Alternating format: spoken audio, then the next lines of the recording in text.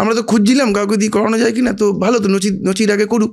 তো বাবা ওকে সাথে কথা বল, আমাকে বলেছে যে তুই গাইবি?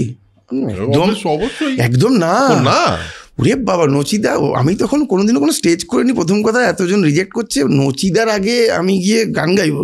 এমনিতেই নচিদার আগে কেউ উঠলে নাম করে সবাই, তখন মানে আমিও তো ওই দলে ছিলাম, তো জানি আমি উঠলে আমাকেও বলবে, আমি ভয়ে না আমি এটা করবো না। তৎকালীন এক গার্লফ্রেন্ড ছিল, সেও খুব আমাকে ইনসিস্ট করলো যে এটা করা উচিত।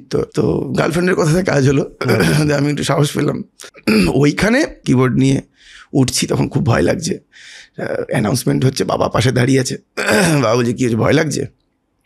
মারাত্মক, হাত কাঁপছে, মানে তখন রীতিমতো নচিদার আগে। তো বাবা বললো ভয় লাগছে তো সেটা বলে দেখি মাইক্রোফোনে। তা আমি এটা বলবো, বলছে হ্যাঁ বল, দেখ অনেস্ট থাক, মাইক্রোফোনে লুকোবার চেষ্টা করিস না যে তোর ভয় লাগছে। তো আমি গিয়ে প্রথমেই বললাম আমি না খুব নার্ভাস। তো সবাই দেখলাম খুব হো করে উঠলো, সবাই খুব চিয়ার করে, পাড়ার ছেলে আমি, ওখানকারই ছেলে, সবাই সাপোর্ট করলো। আমি 3টে গান, যখন আমি দ্বিতীয় গানটা গাইছি তখন সামনে কনসোলে বাবা বসে আছে, একদম স্টেজের সামনে সাউন্ডের এখানে। তো বাবা ইশারা করে দেখাচ্ছে, আমি তাকিয়ে দিলাম, নচিদা দাঁড়িয়ে আমার গান শুনছে, বেরি খাচ্ছে আর আমার গান শুনছে। তো ওটা তো আমার গান শেষ হলো, অ্যাঙ্কার ঢুকে বললেন নচিদাওকে আরও 2 গান রিকোয়েস্ট করেছে গাইতে।